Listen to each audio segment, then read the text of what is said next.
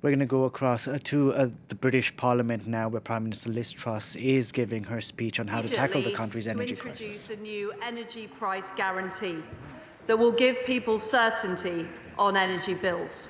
It will curb inflation and boost growth. This guarantee, which includes a temporary suspension of green levies, means that from the 1st of October, a typical household will pay no more than £2,500 per year for each of the next 2 years while we get the energy market back on track.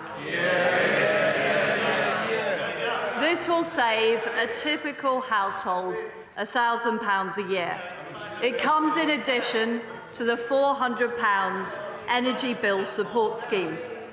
This guarantee supersedes the Ofgem price cap and has been agreed with energy retailers.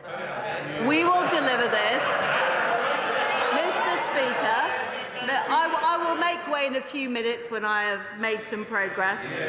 Mr. Speaker, we will deliver this by securing the wholesale price for energy while putting in place long-term measures to secure future supplies at more affordable rates. We are supporting this country through this winter and next, and tackling the root causes of high prices so we are never in the same position again. For those using heating oil, living in park homes, or those on heat networks, we will set up a fund so that all Prime Minister, sorry about this. Can I just say, I don't want a running commentary from here and giving me the advice. I certainly don't need it. Prime Minister, I don't want to interrupt you. It's up to you to give way when you feel it's appropriate. But just to let you know that it is now being printed, the WMS, and I'm hoping that we'll bring it into the chamber for everybody to see. Prime Minister. Well, thank you. Thank you, Mr. Speaker. For those using heating oil, living in park homes, or those on heat networks, we will set up a fund so that all UK consumers can benefit from equivalent support. I thank her for giving way. National Energy Action estimate with the cap at the current level are 6.5 million households in fuel poverty. So raising the cap to £2,500, how many more millions of people will end up in fuel poverty, does she reckon? Well, Mr. Speaker, we are taking action to help people on the lowest incomes through universal credit, and we are also supplying £400 through the Energy Bills Support Scheme. Mr. Speaker, I would like to make some progress and then I will take more interventions. We will also support all businesses, charities and public sector organisations with their energy costs this winter, offering an equivalent guarantee for 6 months. After those 6 months, we will provide further support to vulnerable sectors such as hospitality, including our local pubs. My right honourable friend, the Business Secretary, will work with business to review where this should be targeted to make sure those most in need get support. This review will be concluded within 3 months, giving businesses certainty. In the meantime, companies with the wherewithal need to be looking for ways they can improve energy efficiency and increase direct energy generation. I will give way to my honourable friend. I'm grateful to the Prime Minister giving way, and I commend her on the speed with which she and her new team really grip this challenge that's facing the country. And doesn't it demonstrate, Mr. Speaker, that Conservative governments do not stand by while millions of people on low incomes are threatened by the measures she's taken? Well, my honourable friend is absolutely right. I recognise that people are struggling with their energy bills, and that is why I have brought forward this debate as soon as possible to give people reassurance ahead of this winter that energy bills are going to be affordable. And we will be bringing forward emergency legislation to deliver this policy. My right honourable friend, the Chancellor of the Exchequer, will set out the expected costs as part of his fiscal statement later this month. And I can tell the House today that we will not be giving in to the Leader of the Opposition who calls calls for this to be funded through a windfall tax. That would undermine the national interest by discouraging the very investment we need to secure homegrown energy supplies. If the honourable members will allow me to make a bit more progress, I may be able to answer their questions before they've asked them. But, Mr. Speaker, the party opposite need to understand... Prime Minister. Sorry, Prime Minister. A point of order, Kevin Brennan. Copies have been made available to some members of the written ministerial statement, but there aren't enough for everybody. Is it possible, if I might finish this point of order, is it possible that sufficiently so that we can all see it?